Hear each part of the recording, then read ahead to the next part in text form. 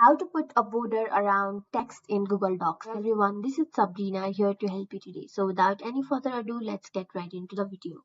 So there are two different methods from which you can do so. The first one is go to insert, go to drawing, tap on new, click new, and then from here make a text box, write something, and after that you will see here the border and add it like this. Go to save and close.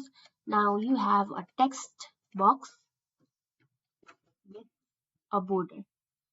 The next way is go to insert and creating a table with only one column.